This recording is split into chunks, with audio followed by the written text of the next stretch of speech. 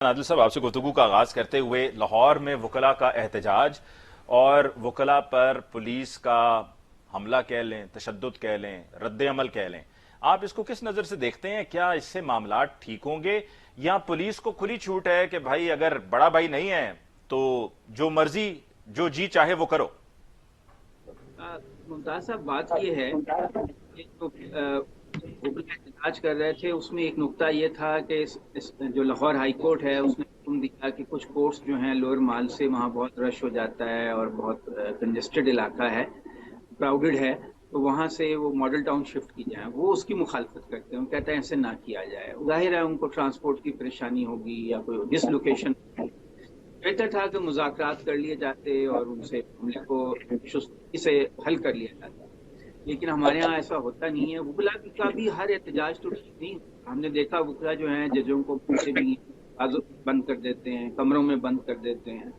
तो अब वकला जो हैं वो दाखिल होना चाह रहे थे हाई कोर्ट के प्रेमिसेस में।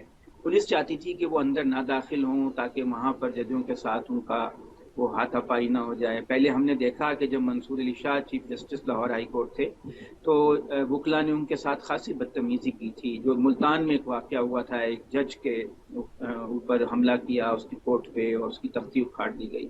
तो ये नहीं कहा जा सकता कि वकला जो हैं 100% दुरुस्त हैं, और ये भी नहीं कहा जा सकता कि पुलिस का रवैया दुरुस्त है। अब पुलिस से जब आप मुखालफिन को कुचलने के लिए गलत काम करवाएंगे, उन्हें खुली छुट्टी देंगे, तो जाहिर है कि वो इतने ओवर कॉन्फिडेंट हो गए हैं कि वो जिस पे चाहें जो चाहें हाथ डालने की कोशिश करते हैं। जी। उसका मुजाहरा हमने बहावलपुर में देखा और फिर वहां पर रिएक्शन आया सिक्योरिटी फोर्स की जानिब से। और फिर बाद में आपने देखा कि उनका अब ये जो जो ख्वाजा सरा हैं, ट्रांसजेंडर्स हैं, उनके साथ 2-3 वाकयात हो चुके हैं। ये समझ नहीं आता कि इनके साथ क्लैश क्या है। कुछ ये है कि ये लोग भी ह्यूमनाइज हो जाते हैं, 24 घंटे की ड्यूटी है, घरों से दूर रहते हैं, नॉर्मल लाइफ नहीं गुजार पाते। तो इनका कोई ना कोई ऐसा मामला हिजड़ों के साथ, जो माफ़ी कीजिएगा ख्वाजा सराओं के साथ है, जिसकी वजह से इनकी आपस में जो है इंटरेक्शन होता है और फिर क्लैश हो जाता है।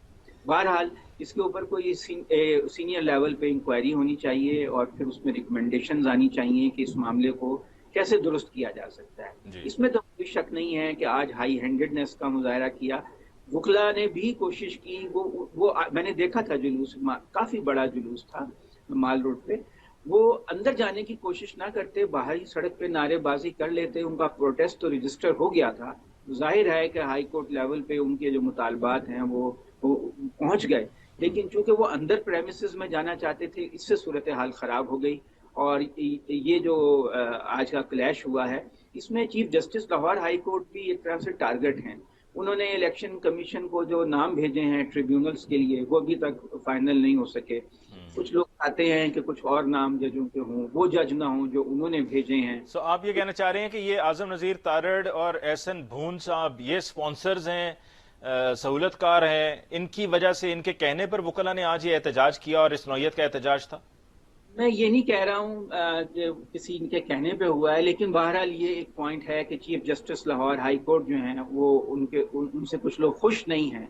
और उन्होंने जो एक वो जाहिर है उसकी पॉलिटिकल इम्प्लीकेशंस होंगी। वो जज ट्रिब्यूनल के तौर पे केसेस सुनेंगे, उससे बाज नताइज रिवर्स भी हो सकते हैं, किसी हुक्मरान जमात को नुकसान भी हो सकता है। तो ये कोशिश है कि कुछ जो वो जजेस के नाम हैं वो तब्दील हो जाएं। तो chief justice Lahore high court जो हैं, बहरहाल बहुत से लोगों की नापसंदीदा शख्सियत हैं, ऐसे लोगों की जो इस वक्त बाइख्तियार हैं। तो ऐसे मुहर्रिकात मौजूद हैं कि वकला को उनके खिलाफ भड़काया जाए और फिर उसके ऊपर जिस तरह क्रैक डाउन किया गया, तो वकला में एक और गुस्सा पैदा होगा कि देखें हमें मारा गया, हमारे साथ ज्यादती की गई। तो वो और ज्यादा चीफ जस्टिस के खिलाफ जो हैं वो एक्टिव हो जाएंगे। और उन्होंने, आपने देखा कि पूरे पंजाब में 9 मई को हड़ताल की कॉल भी दे दी।